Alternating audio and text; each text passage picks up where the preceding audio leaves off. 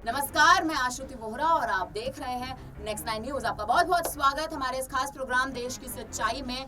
आज वो दिन है, आज वो तारीख है जिस दिन एनडीए के मुख्य चेहरे नरेंद्र मोदी एक बार फिर से प्रधानमंत्री की शपथ लेने जा रहे हैं और इसी के साथ मंत्रिमंडल के विस्तार के लिए भी वो तमाम नाम सामने आ चुके हैं जिन नामों पर कहीं ना कहीं एक तरह से मोहर अभी औपचारिक तौर पर नहीं लगी है, लेकिन ये वो नाम है जो लिस्ट आप इस वक्त अपनी स्क्रीन पर देख रहे हैं।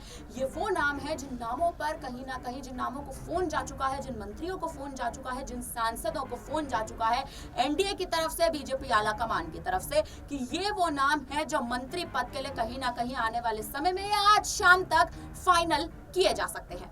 लेकिन मुद्दा उठ रहा है कि इस पूरी लिस्ट में एक नाम है ज्योतिरादित्य सिंधिया का। मध्य प्रदेश से गुना सीट से बहुमत के साथ जीत हासिल करे ज्योतिरादित्य सिंधिया एक बार फिर से केंद्र मंत्री बन सकते हैं। लेकिन मुद्दा और सियासी गलियारों में जो हलचल है वो इस बात पर उठ रही है कि शिवराज सिंह चौहान का आखिर इस लिस्ट में नाम कहां है।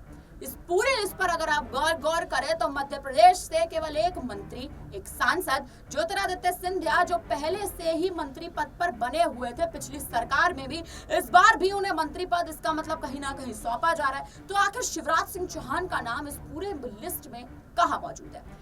अब कहीं ना कहीं खबरें आ रही है कि शिवराज सिंह चौहान ये देख के कहीं ना कहीं नाराज हैं और पीएम आवास की ओर बढ़ रहे हैं, यानी प्रधानमंत्री मोदी से कहीं ना कहीं उनकी जो बातचीत है वो अब होने वाली है। और इसी के चलते अब इस बात पर भी कहीं ना कहीं कयास लगाए जा रहे हैं कि ज्योतिरादित्य सिंधिया और शिवराज सिंह चौहान में तनातनी जो है वो बढ़ सकती है और मध्य प्रदेश की राजनीति में भारतीय जनता पार्टी के बीच ही अंतर्कलह बढ़ती दिखाई दे सकती है। इस पर बात करेंगे। हमारे साथ स्टूडियो में माही मौजूद है। माही, आपका स्वागत है।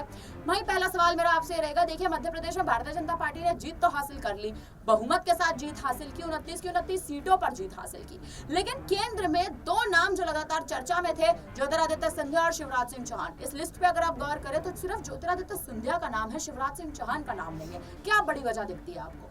जी बिल्कुल आश्रुति, मुझे लगता है कि अभी भारतीय जनता पार्टी ने पूरी लिस्ट जारी नहीं की है जिसमें काफी ऐसे नाम है जिनका नाम नहीं है। और इस बार अगर आप देखेंगे तो जो प्रमुख मंत्रालय है कहीं ना कहीं भारतीय जनता पार्टी अपने पास रख रही है, जिसमें अमित शाह, राजनाथ सिंह और नितिन गडकरी और जयशंकर प्रसाद ऐसे तमाम बड़े नाम है जिनका मंत्रालय कहीं ना कहीं बीजेपी ने अपने पास रखा। रही शिवराज सिंह चौहान की बात, तो पहले ही आपने देखा कि मुख्यमंत्री पद से उनको दरकिनार करके मोहन यादव को मुख्यमंत्री बना दिया गया। अब ऐसे में फिर से सिंधिया पहले से कैबिनेट में शामिल थे केंद्र की, तो कोई उसमें कुछ नया देखने को नहीं मिला। जो चीजें पहले थी अब फिर से वही एक बार चीजें देखने को मिल रही है। इसमें बस एक दो चीजें और एड ऑन हो गई है जिनमें प्रमुख नाम है नीतीश कुमार और चंद्रबाबू नायडू का। लेकिन आप शिवराज सिंह चौहान के अभी जैसा आपने जिक्र किया, मुझे भी यही लग रहा है कि आने वाले दिनों में हो सकता है कि शिवराज सिंह को फिर से मुख्यमंत्री का पद वापस दे दिया जाए और शायद उनको केंद्र में कोई ऐसी जिम्मेदारी नहीं दी जाएगी। और जिसके चलते, क्योंकि इस बार आप देखेंगे कैबिनेट में और फिर पद को लेके इतनी मारामारी खुद ही देखने को मिल रही है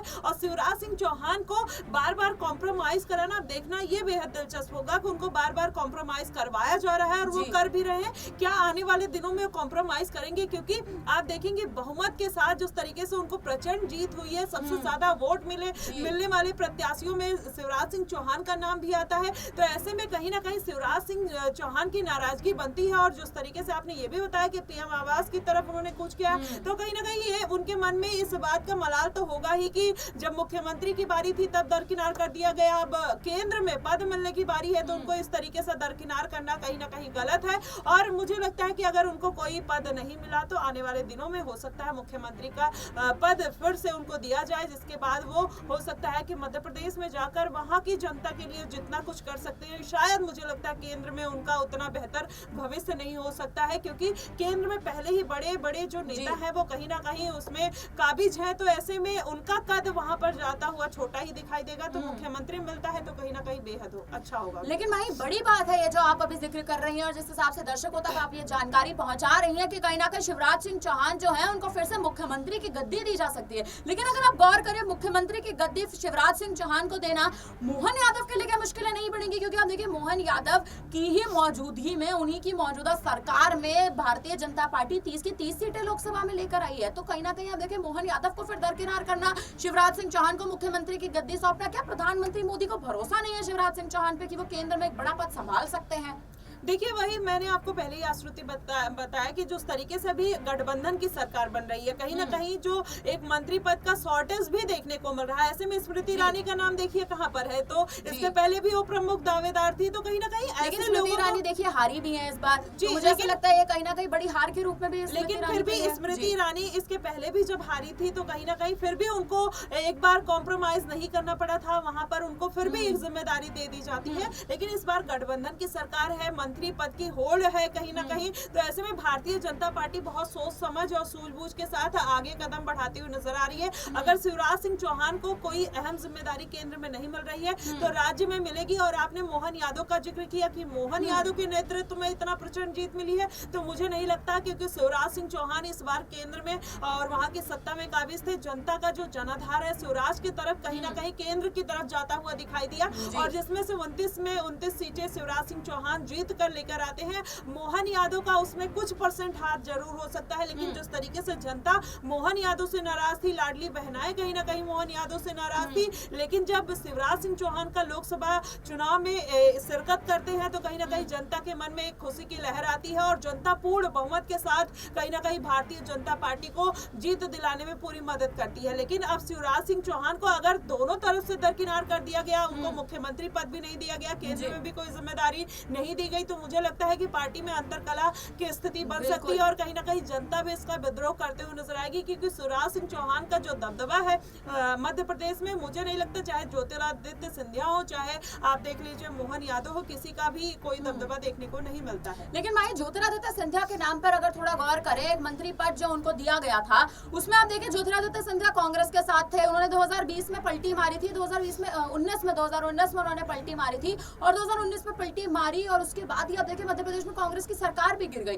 तो उनके पलटी मारने के बावजूद उनको कहीं ना कहीं आप देखिए केंद्र में पद दिया गया। तो क्या ये भरोसे की बात आती है कि ज्योतिरादित्य सिंधिया पर क्या बीजेपी हाईकमान भरोसा नहीं करती? उनको ऐसा नहीं लगता कि अगर ज्योतिरादित्य सिंधिया को केंद्र में कोई पद नहीं देंगे तो वो एक बार फिर से कहीं ना कहीं अपना जो पाला है वो बदल सकते हैं? और आप शिवराज सिंह चौहान के नाम पर देखें, 18 वर्षों से वो भारतीय जनता पार्टी में ही है, मध्य प्रदेश के मुख्यमंत्री बने रहे थे, अब जाकर मोहन यादव के हाथ में कमान सौंपी गई है। तो क्या भारतीय जनता पार्टी को इस बात का एक ओवर कॉन्फिडेंस हो सकता है कि शिवराज सिंह चौहान तो देखिए पार्टी छोड़ेंगे नहीं, बगावत करेंगे नहीं? क्या लगता है आपको? जी बिल्कुल, मुझे लगता है कि उनका एक सरल जो व्यवहार है कहीं ना कहीं भारतीय जनता पार्टी उसका पूरा लाभ उठाती हुई नजर आती है, और वही रीजन रहा है कि जब उनको मुख्यमंत्री पद से हटाकर 4 बार लगातार मुख्यमंत्री रहते हैं, उनको उनके पद से हटाकर साउथ रीजन में भेज दिया जाता है, तो कहीं ना कहीं यही बात निकलकर सामने आती है श्रुति, और उनका बिहेवियर है जिसकी वजह से वो सारी चीजें बर्दाश्त करते हैं। आपने देखा बृजभूषण शरण सिंह ने ये बात जब बोली थी कि दबदबा है, दबदबा था, दबदबा रहेगा, भारतीय जनता पार्टी उनको किसी भी एंगल से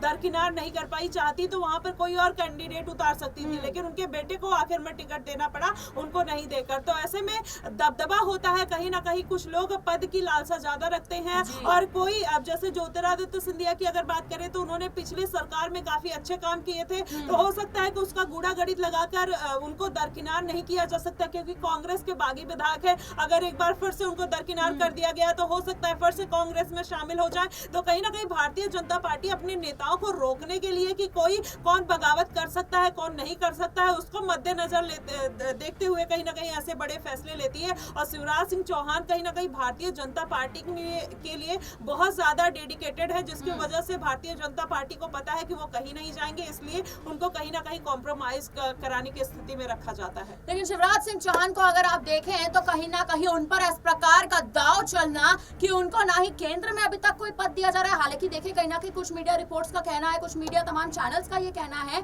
कि शिवराज सिंह चौहान को अभी भी मंत्री पद दिया जा सकता है, क्योंकि वो पीएम आवास पहुंचे हैं, बातचीत करने पहुंचे हैं। तो ऐसे में सवाल ये भी उठता है, और ऐसे में कहीं ना कहीं मुद्दे ये भी उठते हैं कि क्या ज्योतिरादित्य सिंधिया का नाम काटा जाएगा? क्या ज्योतिरादित्य सिंधिया की जगह शिवराज सिंह चौहान को पद दिया जाएगा? क्योंकि अगर आप देखें तो सिंधिया एविएशन मंत्रालय पे थे, तो अगर क्या उनसे एविएशन मिनिस्ट्री छीनी जाएगी या फिर उनसे लेकर किसी और को दी जाएगी? ये बहुत बड़े सवाल हैं। अटकलों का दौर अभी भी जारी है। फिलहाल अब देखना यह है कि आज शाम में प्रधानमंत्री की शपथ ग्रहण से पहले ये पूरी लिस्ट जो है वो किस प्रकार से आती है, किस किस के नाम जो है वो फाइनल होते हैं, कौन अगर आप इस पूरी सूची को देखें, इस पूरी सूची पर गौर करें तो मध्य प्रदेश में अभी मध्य प्रदेश के मात्र केवल एक जो सांसद हैं ज्योतिरादित्य सिंधिया, उनका नाम है अभी तक इस लिस्ट में, और शिवराज सिंह चौहान के नाम पर अभी भी एक तरह से कहे तो मोहर नहीं लग सकी है। फिलहाल अब देखना ये है कि आखिर यह समीकरण कैसे बदलेगा, इस लिस्ट में आखिर किस किस के नाम शामिल होंगे और किस किस का पत्ता काटा जाएगा। फिलहाल अब इस पर आपको क्या लगता है हमें कमेंट करके जरूर बताइएगा। बाकी तमाम बड़ी खबरों के लिए आप बने रहे हमारे साथ और देखते रहिए नेक्स्ट 9 न्यूज। धन्यवाद।